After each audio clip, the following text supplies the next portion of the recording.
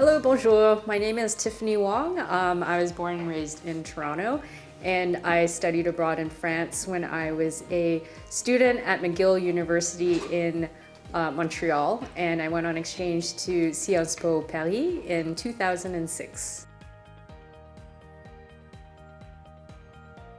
I was an undergraduate student at McGill University in Montreal, and I went to study abroad at Sciences Po Paris as one of 6 students selected to go on exchange for a semester in international business.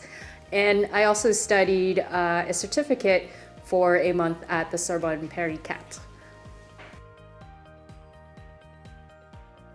So some of the difficulties I think would be with any exchange anywhere, it would be a bit of culture shock. So I was born and raised in Toronto, and I hadn't traveled outside of Canada by myself until I went on exchange to France. So doing a homestay really helped me get integrated, but yes, in the beginning, it is difficult to have to speak French all the time when you're not accustomed to it.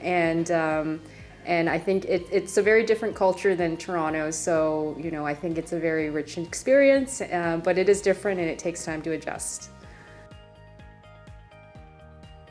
I loved my stay in France. I learned so much. I improved my French. I met friends from around the world that I wouldn't have met unless I studied abroad. I had friends that I can only speak French with because they don't speak English. And so it was a very enriching experience. And also to be able to study and travel within the European Union was just it's a once in a lifetime experience, and honestly the best time of my life. So I recommend France for Canadian students to study in because French is our second language. If you want to work in the government or in any sort of bilingual capacity in Canada, it really helps to have a strong understanding of French, as well as how to do business in France and also in Quebec, which is where I was studying my undergrad.